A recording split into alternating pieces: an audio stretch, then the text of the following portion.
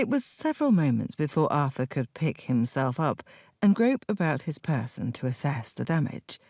Fortunately, it seemed that the bullet had only grazed his arm, doing nothing more than ruining his very expensive riding coat and giving him a nasty flesh wound that stung like hell.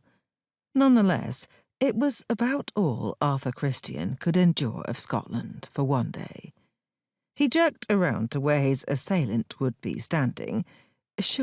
standing, and his mouth dropped open in astonishment. A woman, of all things, flat on her bum and furiously rubbing her elbow with a grimace that suggested she had struck the ground hard. The kick of the pistol obviously had knocked her down. Lying in the road as it was, Arthur could see why.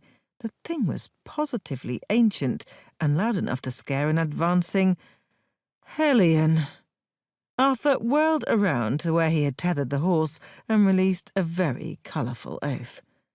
The sorry horse had bolted, taking all his belongings with her. He was running before he realised it, racing down the road in the vain hope that she was only hiding in the woods, but it was obvious that the damned nag had fled for the comfort of her stable in Perth. He stopped, gasping for breath, and pressed a hand to the stitch in his side. "Damn it! Damn it!" he bellowed, and pivoting sharply, stalked back to the scene of the crime, growing angrier with each step. He stopped just short of marching over the wench with the ancient gun, and stood, legs apart, hands on hips, glaring at her sprawled on the road, with her boots sticking out from beneath her skirts. She stared back at him with a deceptively wide-eyed look of innocence that made his pulse pound with fury. He took several deep breaths in a struggle to calm his rage, but it was impossible. "What in the hell did you think you were doing?" he shouted. Something sparked in the woman's eyes. They narrowed menacingly. "Protecting my belongings, that's what," she responded hotly. "And what did you think you were doing then?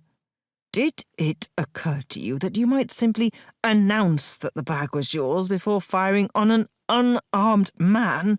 he countered angrily, and leaned over, growling at her startled gasp, when he caught her elbow and jerked her to her feet. She immediately wrenched her arm free of his hold and stumbled backward, glaring daggers at him as she carelessly adjusted her bonnet. That was precisely the moment Arthur noticed she was wearing black.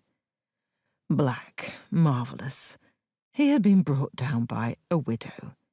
He groaned loudly and looked away. "You really shouldn't pour through things that do not belong to you."